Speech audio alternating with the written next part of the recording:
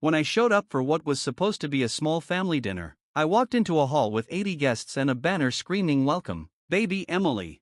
My mom laughed, glass in hand. "We spent your bonus on Family Joy." I just said, "Noted."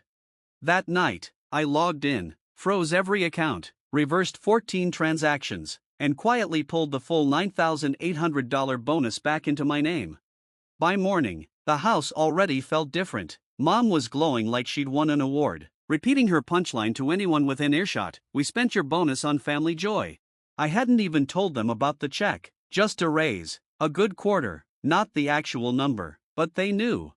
Emily, my sister, floated around in white lace like royalty, the same sister who stiffed me on rent last year, the same sister who called me an emotionless calculator at Christmas because I didn't cry during her Hallmark movie marathon.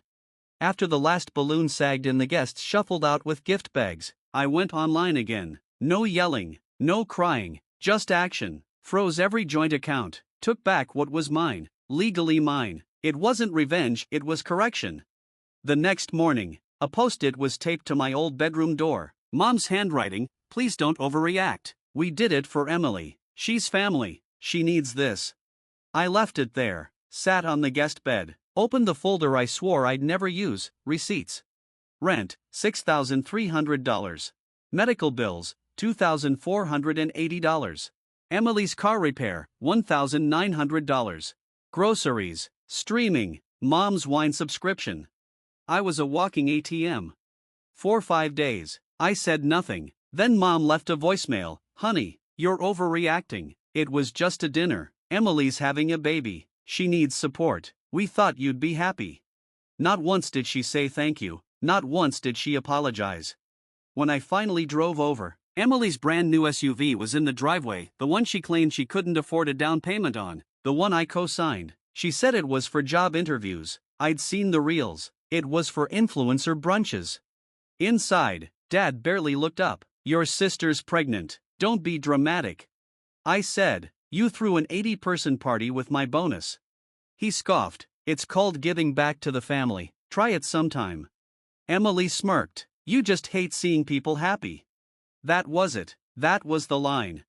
That night, I cracked open an old hard drive, Emily's laptop backup. She'd forgotten to wipe it. Inside were screenshots of texts edited to make me look violent, spliced voicemails to fake threats, fake insurance claims with my name on them, a folder labeled bonuses with a whiteboard plan: "If we say he gifted it, it's legally clean." I printed everything, labeled the folder Family Ledger. By the next morning, Dad texted, "Emily said you were digging through old files. Let it go. Don't do something you'll regret." I replied, "Too late. You should have thought of that before the Shrimp Tower." Then my credit alerts lit up. 3 new inquiries in their city, a forged card application, my SSN, my signature in Mom's handwriting. I dropped proof in the group chat: screenshots, timestamps, file paths. "You have 48 hours to explain." Responses: "Emily, this is harassment." "Dad, Mom, you're tearing this family apart." 47 hours later, my bank flagged a blocked $4,500 wire to something called the Harris Family Trust. Recipient, E. Harris. Fraud report filed. Then an email from Emily. Subject: "This is not what Mom wanted." No body, no signature. I didn't reply. By Friday, everything was unraveling. Their friends were calling me. My uncle, a cousin I hadn't spoken to since 2014. Someone even messaged me on LinkedIn with a smug "Hope all is well. Heard some weird things." Weird things? You mean draining your son's bonus for a fake baby gala? Forging his name on legal documents? Yeah, I'd call that weird too. But I wasn't done. That weekend, I met with a family lawyer. I brought the receipts, labeled, organized, airtight, financial, digital, emotional. I showed her the forgeries, the backup files, the edited texts. She glanced at me and said one word: leverage, then asked the question that mattered: "What do you want?" I smiled, an ending with fireworks. Friday morning, my father texted. No greeting, no emojis, let's talk man to man. Workshop, 7 p.m. The workshop wasn't code, it was the shed behind their house, the one with the cracked bulb, rusted toolbox, and his "work hard or shut up" sign still hanging like a relic. I didn't reply, I just went. He was waiting, folding chair, beer in hand, cigarette tucked behind his ear. He smirked like we were about to watch a game. "So," he said, "you finally here to drop the drama?" "No," I replied. "I'm here to see if you still have the nerve to speak to me." He chuckled, sipped. "Emily's pregnant. You really want a scandal while she's having a kid? You and me, we're men. We keep it quiet. No lawyers, no screenshots. Just pull the fraud claim and maybe this family gets back to normal." I set my tablet on the tool bench. "No, but you should hear this." I tapped play. His voice filled the shed. "He won't even notice. He's soft, predictable. Guilt trip him and he'll hand over the whole thing." His face froze. "That's out of context." "Sure, here's the rest." Swipe. Up came a loan application in my name. His handwriting, his signature forgery, the browser log, the IP address, timestamp. Swipe again. Emily's Instagram story, her holding a brand new iPad. Caption, "Bought it with my Silent Investors Guild bonus." He went quiet. "Emily always needed help," he muttered. "You're strong. You've got the money, the tech. So that makes it okay to rob me?" I cut in. Silence. I tossed a manila envelope on the bench. Copy of the fraud report. Originals are with the investigator. And one more thing.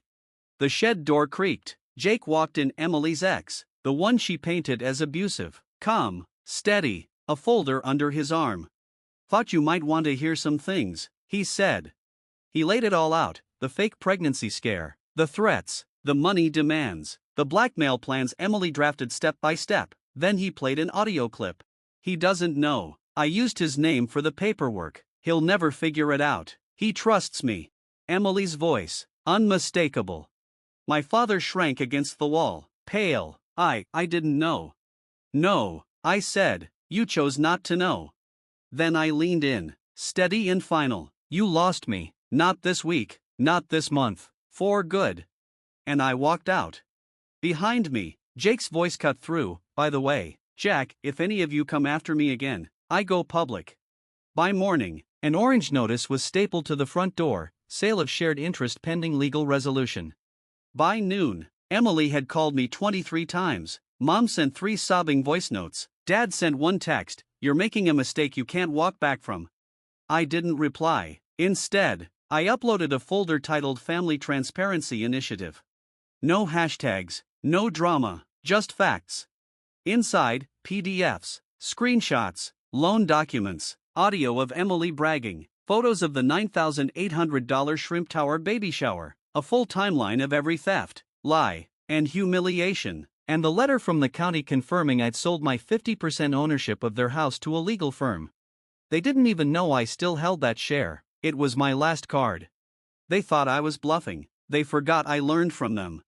The fallout was instant. A neighbor posted a photo of the orange notice on Facebook, "Harris House in trouble." Another replied, "About time someone stood up to those people."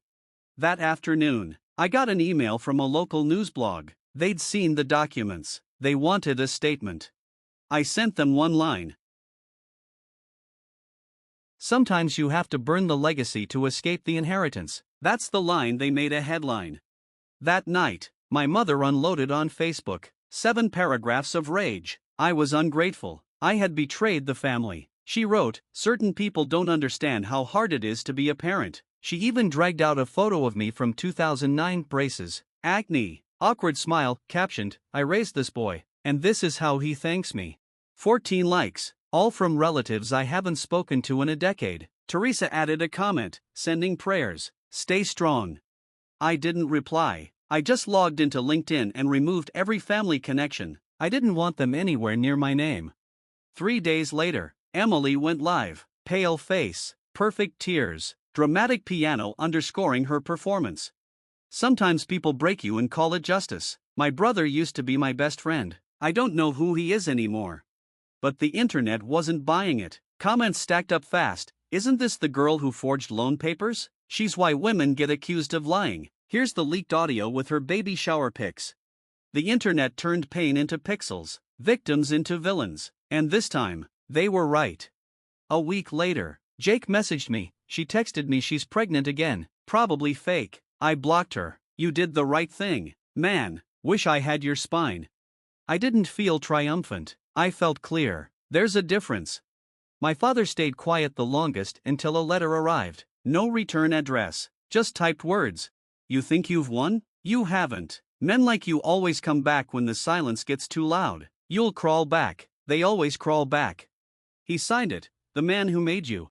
I laughed. He didn't make me. He tried to break me. What made me was silence. Pretending. Years of biting my tongue while they drained me dry and called it love. He didn't make me. He taught me what not to become. The law firm that owned half their house sent them a demand: buy out the interest or vacate within 90 days. Shared ownership with a silent partner was suddenly inconvenient. I forwarded the notice to Emily. You threw a $10,000 party. Let's see how you handle property taxes. She replied with one emoji. I didn't bother blocking her. I didn't care enough. That weekend, I posted one final update. A single photo, no caption. The new sign outside my apartment building right above the door to my studio office.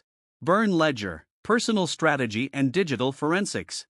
The name wasn't random. If they or anyone ever tried again, I'd be ready. And if someone else ever felt like me, I'd show them how to fight back. Months of hearings followed, depositions, audits, filings. Justice is never fast, but it doesn't have to be loud. It just has to be final. The judge read the verdict in under 5 minutes. The defendant knowingly forged financial documents using the plaintiff's identity with intent to secure personal gain. Full repayment is ordered, plus penalty, plus costs. My father didn't bother showing up. Sent a note through his lawyer. Witch hunt. I won't play along. Emily sat in the corner like an actress who missed her cue. No tears, just silence. My mother stared straight ahead as though waiting for someone to interrupt the ruling. No one did. By the next morning, a for sale sign stood in the front yard. A week later, strangers owned the house. They gutted the flower bed, ripped out the mailbox, painted the shutters black. It wasn't a home anymore. It was a purge. The check hit my account on a Thursday. $117,428 from the liquidation. Not a gift, not inheritance, compensation, mine. That same day, my lawyer called. It's done. They can't contact you again. If they try, call me. She paused. I've seen plenty of these cases, but never one handled this clean. I didn't answer. There was nothing left to clean. That evening, I unboxed the company sign for my office downstairs. Byrne Ledger, Strategic Recovery and Risk Defense. Never again means never again. I drilled it into the wall myself. No help, the way it had always been. A week later, another letter came, handwritten this time, sloppy. You've made your point. We lost the house. Emily's suffering. Your mother's not well. If you still believe in family, pick up the phone.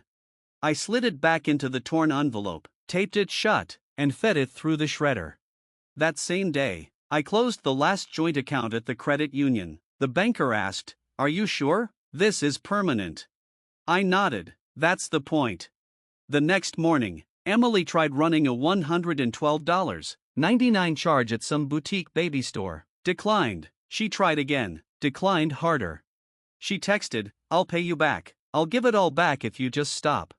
I sent one reply, $1,942.16. The debt is yours. She never replied again.